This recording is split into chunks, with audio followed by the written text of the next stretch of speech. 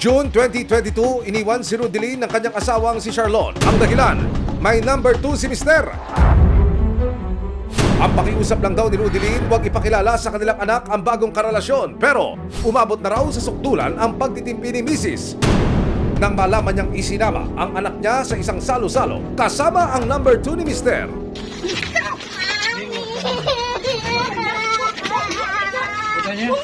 Huwag ganyan yan. Nahuli ko po sila ng kabit niya, ay yung babae niya mismo doon sa bahay na magkasama sila. Ayun, dumating po ako doon, nagkaroon ng komosyon, nagkaroon ako ng mga galos, yung mga pasa. Dahil na rin po doon sa pang-aawat nila na para maprotektahan ng talaga yung babae. Ang mga magulang ni Charlon tila kinukonsiti pa raw ang pangangaliwa ng kanilang anak. So, ang gusto kong mangyari is makulong sila, and then yung full custody, kasi ipa-file ko pa yan sa DSWD kasi yung full custody ng bata sa akin. Noong gabi ring iyon, nagtungo si Rudeline sa presinto para ipablatter ang nangyari. Ipinakita niya ang mga galos na natamo raw niya mula sa dating asawa. August 22, inireklamo niya yung kanyang asawa dahil daw pumunta siya doon sa bahay ng kanyang biyenan, nakita niya nandun yung kanyang asawa at yung kanyang kinakasama yata. Naglato na po siya at ang gusto niya sanang mangyari sampalan ng kaso. Sabi ko, mas maganda kung dumirekta na siya ng pang-lawyer para at least kahit pa paano meron na siyang paunamaanuhan kaysa maunahan pa siya ng lalaki. Pero ang sama ng loob ni Rudeline may isa pa palang hugot. Ang ex niya kasing si Charlon hindi raw sumusunod sa napagkasundo ang sustento. Kung saan-saan sila pumupunta ng babae niya. May trabaho ako, oo, pero yung tipong ako lang yung nag-aalaga, ako lang nag-aasikaso ng anak ko. So yun, kaya nakapag-decide ako na ireklamo ko siya sa barangay para manghingi ng sustento. So ang usapan, June, magsisimula siya magbigay, kaso hindi siya nagbigay. And then, nakapagbigay lang siya July ata, pero yung mismong amount na pag-usapan namin, yung agreement namin sa barangay na 5K, hindi natupad yun. So 1.5 lang, tapos 1K, ganun. Pinayuhan daw ng Violence Against Women and Their Children o VAUSI desk ng barangay si Charlon na subukang makipag-ayos kay Rudeline. Sabi ko dun sa respondent, kung ako sa'yo hanggat maaga, makipag-usap ka na dun sa asawa mo dahil siya'y maraming ebidensya, hanggat maaari suyuin mo siya. Nitong September 1, 2023, ipinatawag ng barangay ang dating mag-asawa para muling magharap. Pero sa pagkakataon na ito, hindi dumalo si Charlon. Hello po, good morning po. Sa VAUSI po ito, sir. Si Mr. Ponce ho ba ito? Nanay na po. Ay, yung anak niyo po.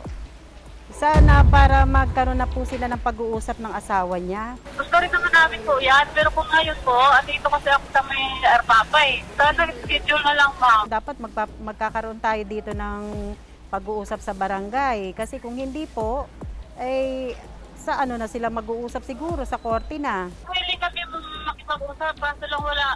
Hindi kasi nasabi kung ano kasi yung araw at saka oras eh. Eh, ang layo ko pa naman na ano. Ma'am, kasi po, hindi po naman pwedeng kayo ang mag-aano sa amin kung hanggang kailan ninyo gusto, ma'am. Kasi ang client ko ang naiipit dito, ma'am. Pero bago matapos ang araw na iyon, nagpasya si Charlon na magbigay sa resibo ng kanyang panig. August 21, yun nga po yung birthday ng tito ko galing Singapore. Tapos ang kwento kasi sa akin, may marites na nakakausap si Rudeline. Kaya bigla siyang sumugod doon. Ang pinapalabas nila doon sa post nila na pinagtulungan daw siya. Bakit naman po siya pagtutulungan? Welcome naman siya doon sa bahay anytime dahil nandun nga yung anak namin. Ang usapan po kasi doon, 5K monthly. Tapos, sabi ko naman doon, pwede partial. Siyempre, pinsenas katapusan para mabuo yung 5,000. Tapos, nung time kasi na nagkaroon kami ng kasulatan nun, wala pa akong trabaho. Though, kinukulang man sa cash, pero nagbibigay talaga ako kahit pa paano pang grocery. Ang gwelta pa ni Charlon, mukhang frame up o panggugulo lang daw ang pakay ni Rudeline noong gabi na iyon? Ayaw ko sa nangyari itong 21 kung ba't ganun yung ginawa niya. Tsaka, bakit siya nagsinungaling sa mga post niya na sinaktan siya. Naintindihan ko kung may galit siya sa akin pero di ko maintindihan yung ginawa niya pati sa magulang ko na ganun. Ang mga paliwanag at pakiusap ni Charlon hindi tinanggap ni Rudeline. Kaya naman ang legal wife, nagpa siya ng ituloy ang paghahain ng reklamo. Humingi ng legal advice para po sana makapag-file ng case dun sa asawa ko po. Sinamakan siya ng resibo na magtungo sa Public Attorney's Office o PAO para ihain ang kanyang reklamo laban kay Charlon sa paglabag sa Anti-Violence Against Women and Their Children Act of 2004.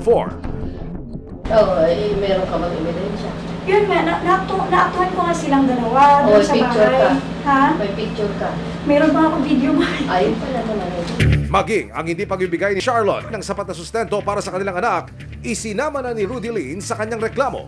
Pwede siyang humingi ng sustento.